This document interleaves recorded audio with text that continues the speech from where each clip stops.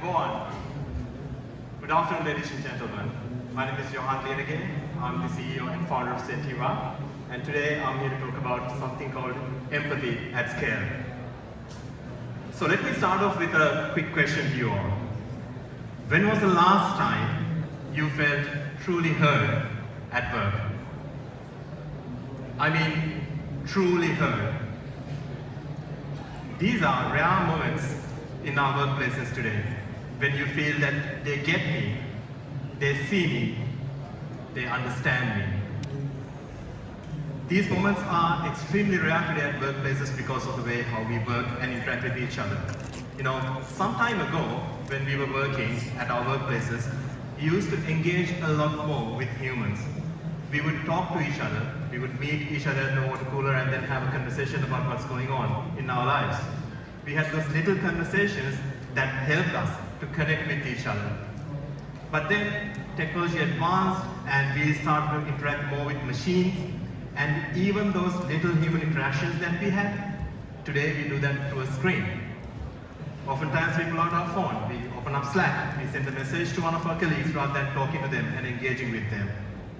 And we type messages, we use emojis to react. The conversation is still happening, but we don't see eye to eye and we don't connect with each other. Now this creates a problem. This creates a situation where we feel disconnected, because when the machines mediate the conversation between humans, a lot of subtle cues and signals that we share with each other is lost. And we feel unhappy. And that disconnection leads to a problem called disengagement. Now we talk about disengagement a lot. And in fact, Gallup says disengagement is costing the global economy $9.6 trillion US every year. Not a small sum. $9.6 trillion US. When you combine the GDP of Germany and Japan together, still it's not even $9.6 trillion US. So what do we do about it? Well, the employers, they would go with perks. Why don't we throw some perks at our employees so that they will feel happy? Let's give them more remote work. Let's give them more extra time off. Let's throw fancy events so that people will connect. Is it working? Probably not, because if you go and talk to employees, they would say, awesome, I'm working at a workplace where I get a lot of time off, I'm not at work as much, we have fancy events, I really enjoy it, but I still feel less connected. Why is this happening? Because perks are treating the symptom, not the cause. We don't feel disconnected because we did not have perks. We feel disconnected because we are not engaging with each other anymore. So what can we do about it? Should we go back to the way it was? That is not an option. But again, technology can help to address this issue. So what's missing here is a little thing called empathy. Empathy is the feeling that you get when you understand another person, when you feel what they feel. But it's very difficult to have empathy when you are engaging through a machine. But how can we fix this in this age of AI? So our organizations today are data rich but empathy poor, so we have a mission to fix this. The $9 trillion question that we have in front of us is, how do we make empathy something that organizations can practice at scale? So when we think about AI, we always think in terms of speed. Can we do things faster? We think about accuracy. Can we do things better with more correctness? And can we automate things that we do so that machines can do it for us? But what if empathy is something that AI can help with? So let me take an analogy here. Think about the human body. We all have a brain. In the context of an organization, the brain is like the leadership and strategy. This is where the decision making happens. And then we have our muscles. We do things with our muscles, and in an organization, this is where the execution and operations happen. We have mastered how to use AI to improve these areas, to make better decisions, to automate and do things faster. But we are missing something. There is another very important system in the human body called the central nervous system.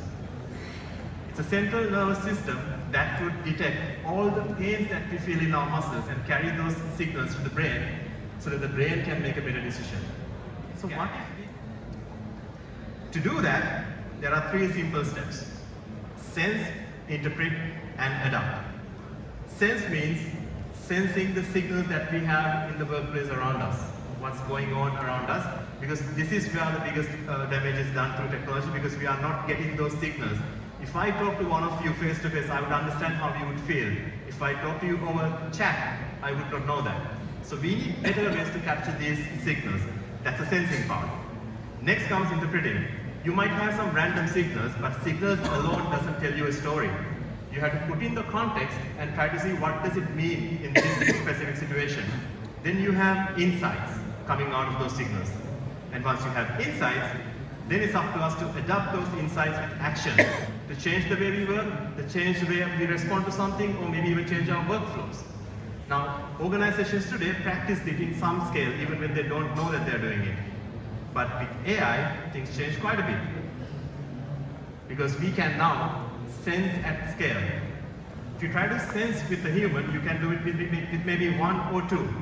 But with AI, you can sense thousands of signals at the same time and then interpret that in context. Context that we can't even remember as humans is available to AI. And if you pass this information to AI with that context, suddenly you get better insights. And these insights then can be adapted so that we can change our workflows. And the beauty here is we can now do this at scale. Me alone can maybe talk to 10 people, but if we have a system in place that can do all this, we can scale it up to thousands, 10,000, even 100,000 just as easily.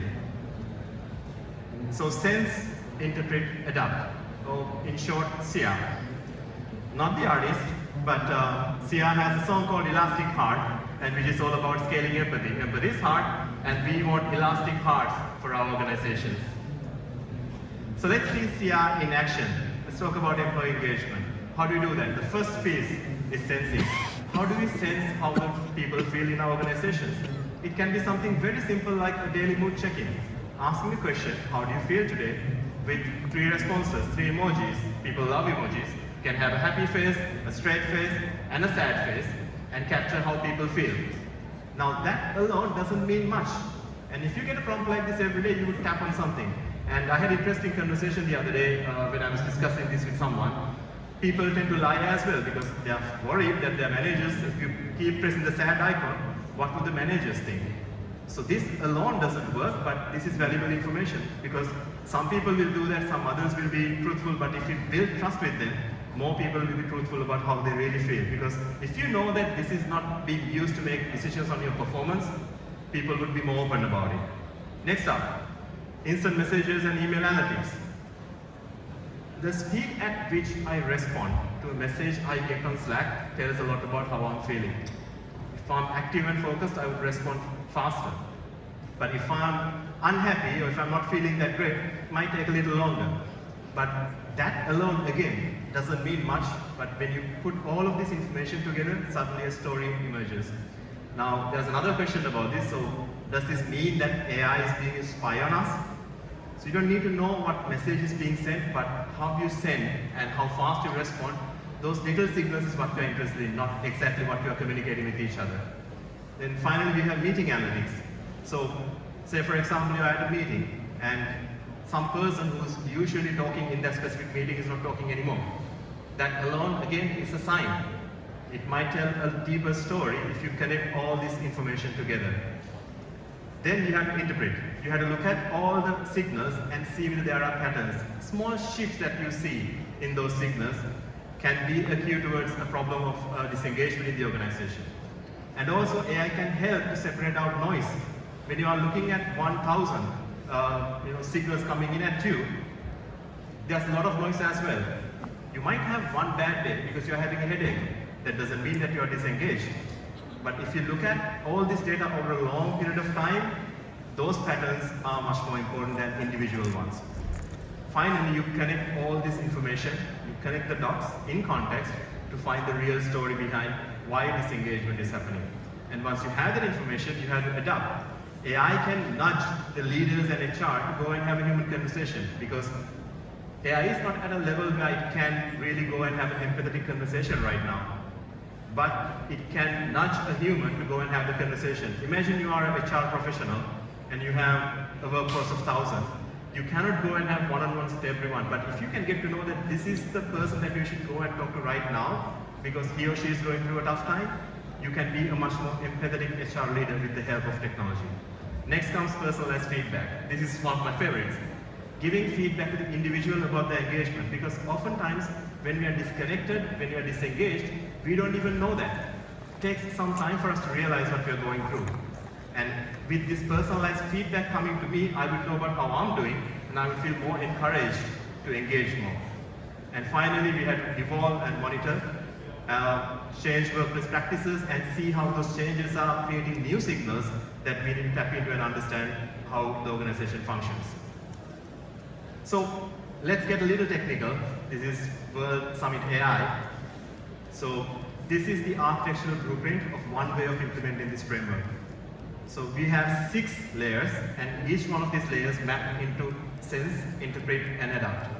So we have the data sources, processing, semantics, decision, and action layer. Under each one of these layers, there are certain things that you can use AI as it stands today to get the job done.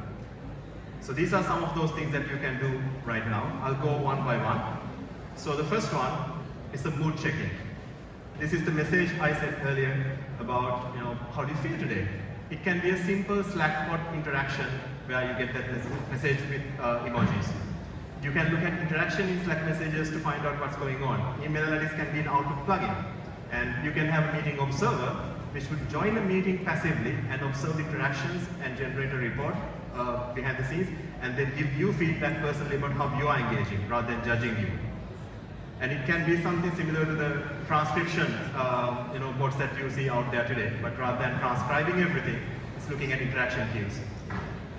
The processing layer, you have time series analysis to look at data over a long period of time to detect trends, and you can use embeddings to convert all the text information that you have into something that machines can understand.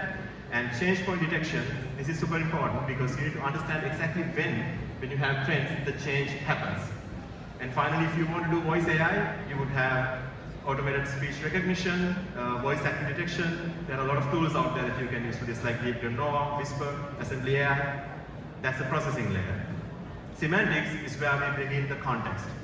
You can do retrieval augmented generation with things like Pinecone and clustering of data, network metrics, and contextual grounding, meaning you ground all the information that you have with policies and procedures of the organization, knowledge about the organization culture, and also previous interactions that you had with AI, so that we have the context about what you are going through. And then we have the decision layer. This is where the fancy things like the LLMs come in. You can use LangChain, LangGraph, semantic kernel, agentic AI stuff in here. And you might need to develop specialized agents and models sometimes if you want to do anomaly detection in certain situations. And you would need classifiers in certain cases, and also you have to always make sure that you have confidence thresholds, because AI is not at a level where it can generate truly accurate results. So confidence that AI has about its own decisions is something extremely important too. Finally, the easy part, the action layer, can be a Slackbot nudge, the personalized feedback I talked about earlier, dashboards for HR, and also policy adaptations. If you have policies, AI can revise those policies for you so that you have revised versions that you can push out with your approval. But one important thing here is, in most of these cases, you need to have human in the loop so that you approve and move forward with awareness. Now, if you do all this, you can address most of the challenges you have with this engagement. Now, this is a quick sneak peek into a POC that we did. We did this pilot in our own organization. We built a small bot that would join our Google Meet meetings and would observe how people engage. And this is the feedback that we shared with one of the associates after observing for 1 week. So we said, you attended 6 meetings, 22% of the time you were talking, and you had 11 comments that acknowledged or built on teammates' team input. And finally, we ended with a positive remark about how they can do better. So guess what? What we found out is that people feel like they are appreciated more, they want to engage more when they know how they're doing. Otherwise, we don't even know how we are doing at a given point of time. So this is what happens when engineering meets empathy. you get tangible results out of that. So if you have a workplace like that, where you are able to understand how people feel, what you have is something that we like to call a sentient workplace. A workplace that learns from feedback, performance, and data across the life cycle, adapts with personalized experience for each and every employee, and having nudges and networks of people connecting. And it connects employees and managers, but we don't stop there. Connect the alumni as well, your ex-employees. They are a valuable source of information and positive branding opportunities for you. They carry the messages, they are your brand ambassadors, and also applicants who are applying at your organization. They get the first experience about your organization through interviews, and all of these processes you can leverage AI to create a sentient workplace. So just imagine this. Imagine a workplace where every employee feels heard, where disengagement is sensed even before we do as humans. And AI doesn't replace human conversation, it just reminds us to have fun. That is a sentient workplace. So what I believe is that the greatest gift that AI can give us is not speed or efficiency. It's about making us more aware of the human inside us, to have human conversations and engage with each other more. Thank you all, ladies and gentlemen. Thank you so much.